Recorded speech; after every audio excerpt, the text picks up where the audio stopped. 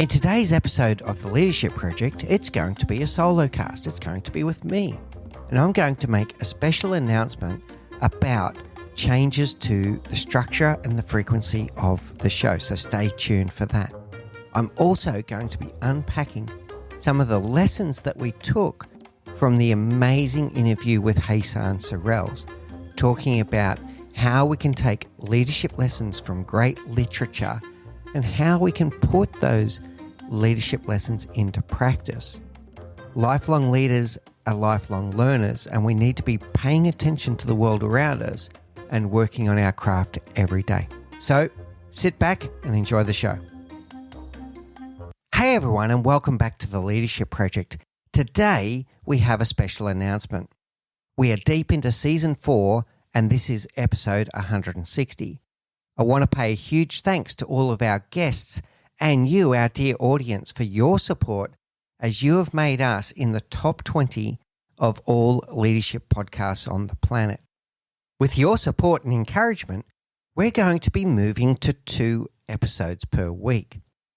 Initially, this is going to be to get through the backlog of the many episodes and interviews that we've already got recorded.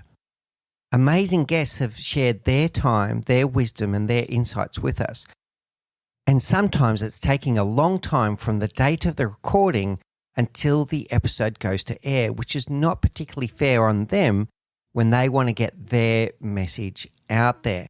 It will also help us to make sure that the show's content is more timely, where we can build upon world events. There might be something happening in the world, and we can be more reactive and get shows out there in a more timely manner.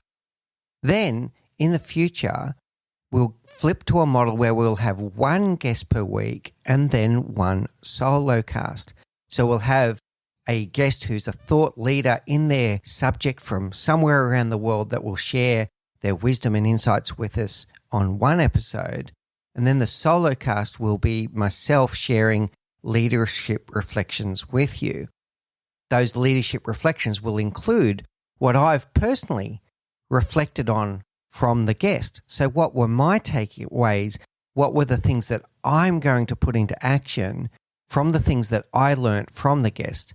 And other leadership reflections will be about things that are happening in the world. There could be something to do with the US election, or it could be some other event that we're all aware of and we all want to reflect on and see what leadership lessons that we can take from it.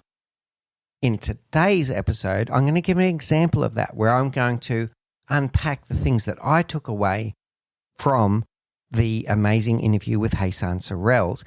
That will be the example of the future format. So, coming very soon, 2 episodes per week.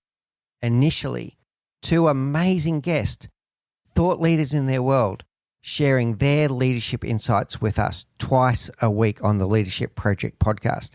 Then in the future, 1 guest and then 1 solo cast reflection. So we look forward to bringing you these 2 episodes per week in the very near future. In fact, starting from today. Earlier in the week on the Leadership Project, we were joined by Hassan Sorrells. Hassan is the founder of HSCT Publishing and the host of a podcast called Leadership Lessons from the Great Books. Hassan shared with us that leaders are readers and leaders are always learning. Lifelong leaders are lifelong learners, and we must always be looking to sharpen the saw. If we want to become the leader that we always wish we had, or to become the leader that our team deserves, we need to be experimenting and applying a learning cycle every single day, reflecting on what's working, what's not working, what we need to do differently so that we become a better leader every single day. Part of that can be through readership. So getting out there and reading the great books. If we are paying attention, there are leadership lessons everywhere we look, whether that be in classic books, things from ancient literature, or even modern classics like Good to Great. There are so many leadership lessons out there for us to take and pay attention to. It could be things that are happening in your life, could be world events. But if we're not taking the time to stop, reflect, and think about what they mean, we aren't necessarily learning from it. So leadership and readership go together. Some of the examples that Hassan shared with us were things like the application of emotional intelligence from Jane Austen or leadership lessons from War and Peace. They're all in there, but are we paying attention? A key question was, in a ever-changing world, and the world now changes at a pace that's unprecedented in history, how is it that these leadership lessons still apply today, centuries later in some examples? The answer lies in human behavior and human psychology. The principles of leadership do not change over time because leadership is about human beings, and human beings have human needs. Whether it's our need for survival, our need for love and belonging, our need to matter, our need to have fun, our need for freedom, the freedom of choice, the freedom from oppression, these are all fundamental human needs, and they're at the heart of leadership. All leadership is about how we relate to other human beings. And in these great works of literature, people have studied for centuries about human psychology and human needs. As Hassan eloquently put it in the interview, a rose by any other name would smell as sweet, the famous quote from Shakespeare. So leadership, regardless of what we call it, these principles have stood the test of time. It also applies to the dark parts of humanity. We're all humans, and humans are all fallible. So we have our issues that we're going through. And in the great literature, we can unpack the dark parts of humanity, the things that don't always go well, the battle between good and evil that runs through every human heart, this battle that we have about what's the right thing to do versus the wrong thing to do. Being able to take lessons from someone else's struggles, because let's face it, none of us have got a perfect life. We all have our battles. When we're able to read in literature that other people have been through the same things that we're going through and take those lessons from that, it can really help us to advance in life. It also helps us in the search of fulfillment. Many of the great works of literature help us find the meaning of life in that search for true fulfillment and true purpose. Another key question is, why does it work? Why is it that these amazing works of literature are able to share leadership lessons over centuries of time? Well, it's because emotional storytelling makes it stick. When the literature is able to bring a leadership lesson into storytelling that makes us feel something, we're always going to remember it for a longer period of time, particularly if that storytelling is something that is relatable to the experience of what we are feeling. We can then connect to the literature and take away the lesson. Hassan also shared with us his tips on how he takes away these lessons. As mentioned, there's leadership lessons all around us if we're paying attention, but we need to pay attention and be able to sort through it to make sure that we're finding that meaning.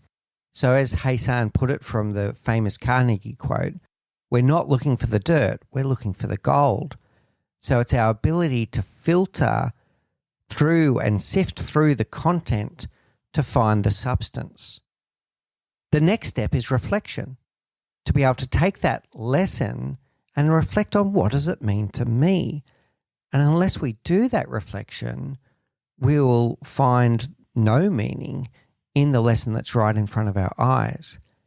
And after this, we can start putting that reflection into applied learning. It's not learning and knowledge that changes the world. It's applied learning that changes the world. We need to be able to put what we learn into meaningful action.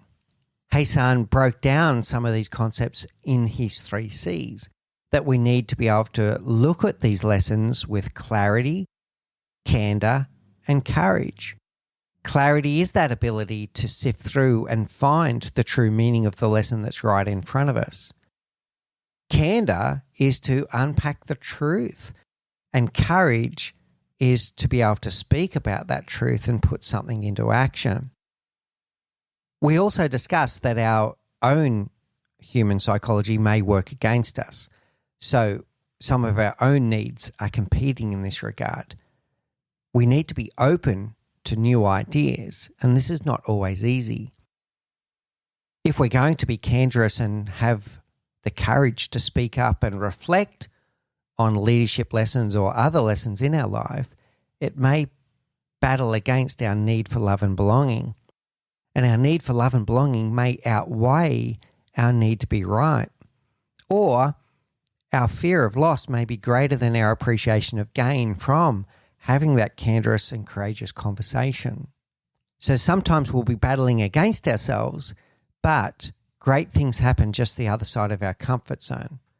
So to be able to take these leadership lessons that we observe in life or in the great works of literature, to sift through and find the clarity of the message, and to have candorous and courageous conversation about what it might mean. This also means challenging ourselves to be able to let go of things that we thought were true and hold space for new information and new truths, to avoid confirmation bias where we might be only reading or hearing the things that we want to know or want to be true. We need to put those biases aside, and as Otto Scharmer would put it, we need to listen with an open mind, an open heart, and an open will. And of course, when I say listen, I mean listen, read, absorb. However you're taking in your information, we need to be putting aside our previous biases and holding space for new information. We also need to be ready to challenge our own thinking. When we have these thoughts that cross our mind, our interpretation or our perception of events and making assumptions about what other people are thinking and what their intentions were, we need to challenge ourselves with questions like, do we know that to be true? Do we know that to be true? So when we make an assumption about someone else's thought pattern, their intentions, the way they're going about the world, we need to challenge our own thinking every single day as well if we want to be a better leader. From here, it's about putting rubber on the road. How do we put it into action? And this is where experimentation comes in. So we take these leadership lessons from our world, from the great books, from wherever you're consuming media and literature, or even your observations of human behavior around you, and now it's time to put our own experiments in place. So we try something, have the courage to try something new, something that you may not have seen other leaders do, and give it a go. And then observe and stop, reflect, and think about the results. Did it work? What about it worked? Did it not work? What about it didn't work? What would you do differently next time? What did you learn about yourself? What did you learn about others? And this is how we become a better leader over time, by learning every day, then trying something new and observing the results. Leadership is like having your own personal petri dish. I know that probably sounds a little crass, but it's true. And what works today may not work tomorrow, so you need to keep on evolving over time. It's also true that what works for one person in your team may not work for another person in your team, so you need to be practicing adaptive or situational leadership so that you can adjust your leadership to different people and different situations. Through all of this, we become a better leader. The bonus in all of this is that we also then go on a path which is our own pursuit of happiness and fulfillment. There's a lot of literature out there. I really prescribe to the work of Martin Seligman around the pursuit of happiness and fulfillment and the thought about the differences between the pleasant life, the good life, and the meaningful life. And the meaningful life is one where it is about each other, about how we support each other, how we serve each other. That true fulfillment comes in the service of others. And when we're able to do this, when we're able to learn from books, put the learning into practice, and then experiment and become a better leader over time, the funny thing happens is we become happier and more fulfilled in our own life because we start seeing that meaning. We start seeing that we do matter. As leaders, we matter to the people that we lead.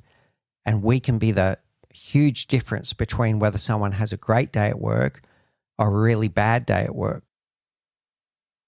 People spend up to 1/3 of their life in the workplace. That's a huge responsibility that we all take upon ourselves as leaders to make sure that that experience is the best possible experience for them. Everyone deserves to work in a workplace where they feel seen, where they feel heard, and when they feel that they matter.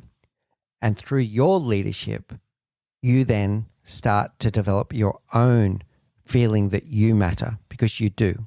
You do matter to the people that you lead. You matter to the people around you. So that were the lessons from Hassan Sorrells.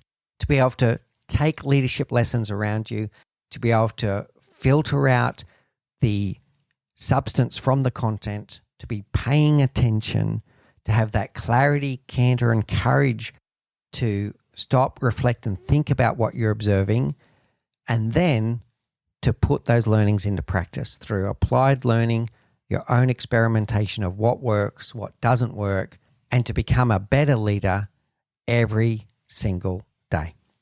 You've been listening to The Leadership Project.